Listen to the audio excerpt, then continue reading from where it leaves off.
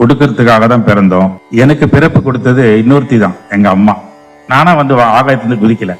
எனக்கு பேர் வச்சது எங்க பாட்டி, அடுத்தவ தான். எனக்கு கல்வி கொடுத்தது ஆசிரியர், வாத்தியார். முதல் சம்பளம் கொடுத்தது அடுத்தவங்க தான். என்ன முதல்ல குளிப்பாட்டினது நர்ஸ் தான், செவிலியர் தான், எங்க அம்மா கூட கிடையாது. எனக்கு முதல்ல மரியாதை கொடுத்தது அடுத்தவங்க தான். எல்லாமே கொடுக்கப்பட்டது தான். நான் சம்பாரிச்சு என் மொத்த பணத்தை நாளைக்கு யாருக்கு போக போகுது, அடுத்தவங்களுக்கு கொடுத்தாகணும்.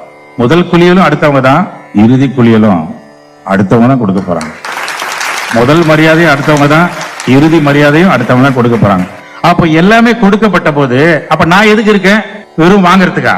பெறுவது தர்மம் அல்ல, கொடுப்பது மட்டும்தான் தர்மம். தர்மமித்திரன். அப்போ எல்லாமே வாங்கிட்டேன், கொடுக்கணும்ல.